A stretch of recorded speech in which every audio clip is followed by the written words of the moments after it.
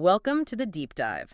So, you came to us with this whole stack of research, and it's all focused on one really crucial area: Right. how these big environmental concepts actually translate into concrete, effective strategy. That's exactly right. And what's so fascinating about this material, I think, is that it's less like a textbook. Yeah, much It's less. more like a tactical map.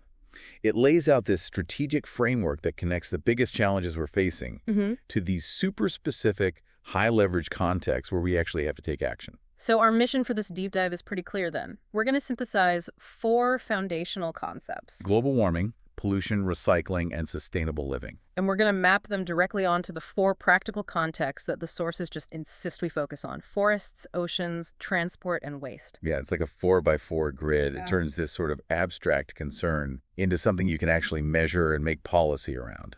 Okay, so let's jump right in. We should probably start with the scale of the crisis, right? The two big threats. Let's do it. We have to start with global warming and pollution. They're not. Hmm. They're not really separate issues. No. They're fundamentally linked. They're symptoms of how we use energy and resources. Global warming is the atmospheric side of things, and pollution is the physical contamination. And what's so insightful here, I thought, is that the sources immediately anchor these huge threats to specific natural indicators. You can't Yes. solve them in the abstract. You have to know where to look. And those indicators are the forests and the oceans. Mhm. The whole strategy positions the health of these two vast systems as kind of the ultimate measuring stick. So it's our report card, basically. It's our report card. Are we succeeding or are we failing against global warming and pollution? Look at the forest, look at the oceans. Okay, let's unpack that first pairing then. Global warming and forests. We all know forests are carbon sinks, but Yeah. what's the strategic implication here? Well, the sources really hammer home this idea of forests as active managed climate regulators. It's not just about, save the trees. Right, it's more active than that. It's about land management. It's about the drivers of deforestation. For instance, there's a lot of data in there on how tropical deforestation, which is often for industrial agriculture, releases all this ancient carbon And that just accelerates the whole warming cycle. massively. Yeah. So protecting a forest isn't just a conservation issue. It's a piece of critical global infrastructure. I noticed the sources got into some specific policy mechanisms there, something called REDD plus. Yeah, reducing emissions from deforestation and forest degradation. That's the policy lever. Okay. The material is basically arguing that a real strategy needs these detailed interventions, like carbon credit markets, Yeah. that are tied to verifiable preservation of forests. But the challenge is making sure it's real, Right. not just accounting tricks. That's the whole game. The strategy demands transparency, real monitoring of these systems. Got it. Okay, that brings us to the next threat: pollution. And it's linked to the oceans. And when we think of ocean pollution, I feel like we all picture an oil spill. But the sources say the problem is much more diffuse. Absolutely. It's insidious. The focus shifts from those big acute events to chronic pollution, the runoff from farms, industrial waste, and the big one, plastics. The sheer scale of plastic getting into the ocean, that's the strategic focus. Because it's physically changing the marine environment. We're talking about microplastics. I remember that section. It detailed how the entire water column, from the surface all the way down to the deep sea trenches, is contaminated. It's affecting everything. Everything from plankton to whales. And on top of that, it's not just physical damage. It links back to global warming through ocean acidification. Okay, explain that connection. The oceans absorb about a quarter of our CO2 emissions. That absorption lowers the water's pH. It becomes more acidic. Which makes it harder for things like coral and shellfish to build their skeletons. Exactly. So if you want to understand the challenge warming and pollution, the strategy says look first at the natural context. Look at the forests and the oceans. They're the patient, and their health is the diagnosis. Perfect way to put it. We've established the threats. So now the pivot. The action. What do we do about it? We move from diagnosis to action, which means focusing on recycling and sustainable living. And this is a key transition because we're shifting from these vast natural systems to human-built infrastructure, human habits. Exactly. So let's take the first solution: recycling, and its strategic pairing with waste. This seems obvious, but what's the deeper strategy? The depth is about managing the entire life cycle of a product.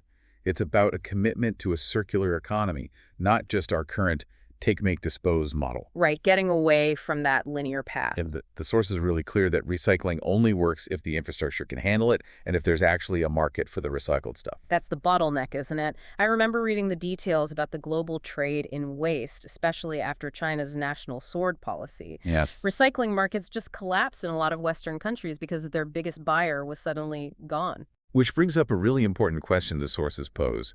Is recycling a consumer behavior, or is it a policy problem? And the strategy argues it's policy. Fundamentally. And it's solved with things like extended producer responsibility, or EPR. Okay, EPR. That means the manufacturer, not the city or the taxpayer, is responsible for the product's entire life cycle. All the way through to its disposal and recycling. So when the strategy pairs recycling with waste, it's not just saying sort your plastics. No, it's advocating for a huge policy shift to force accountability upstream back to the producers. And that creates this powerful incentive, right, to design products that are just less wasteful and easier to recycle from the very beginning. It solves the problem before the product even exists. Pretty much. All right, that brings us to our final pairing, and maybe the most crucial one: sustainable living and transport. This one is fascinating. It is. Why single out transport as the core application for such a broad idea like sustainable living? Because of its enormous ubiquitous leverage. I mean, sustainable living touches everything: food, housing, energy. Sure. But the sources zero in on transport because it's one of the largest and fastest growing sources of emissions. And unlike a power plant, it involves billions of individual choices every single day. So it's where infrastructure meets personal behavior on a massive scale. That's it. If sustainable living is about decoupling our well-being from resource depletion, transport is the perfect battleground for that fight. And it's not just about electric cars.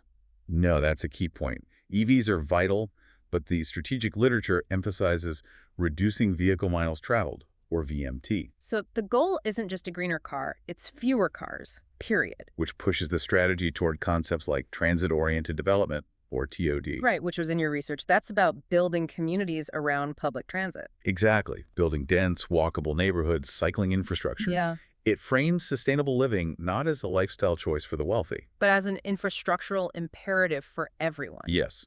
By focusing on transport, you design systems that make the sustainable choice the easy choice, the default choice. It connects that abstract idea of living sustainably to the very real, very expensive work of redesigning how our cities and regions function. It gives you a clear target for investment and regulation. And if you step back and look at the whole framework, you just see the elegance of it. It's very clean. It avoids that feeling of being overwhelmed by defining these clear relationships. Okay, let's synthesize this for you, the listener. Let's create that mental map we talked about at the top. So first, you have the twin global threats: global warming and pollution. And you assess those threats by looking at the natural contexts, the health of our forests and our oceans, Then you have the two primary human solutions: recycling and sustainable living. which you then apply directly to the infrastructure and consumption context that drive the whole problem: waste and transport. It's a complete logical workflow. It goes from the crisis to the metrics to the solutions and then to the specific places where you deploy those solutions. It connects the huge, scary challenge of climate change directly to your local recycling program and your daily commute. And our deep dive today was really all about extracting that structure. It's not just knowing the terms, it's understanding the strategic leverage you get by pairing them up. Which I think raises a really important question for you to mull over. Go on. Since the sources deliberately focused on these four areas, forests, oceans, transport, and waste, as the key examples, which one of those four do you think offers the most leverage for lasting strategic change in your own community or your industry? That's a great question. Think about where your local efforts could have the biggest multiplier effect. Is it mastering your waste streams? Is it shifting how people get around? Or is it maybe preserving a critical local ecosystem? That decision, that strategic choice, is where real impact begins. That's the challenge for you now, to take this framework and turn it into targeted action. Thanks for diving deep with us. We'll see you next time.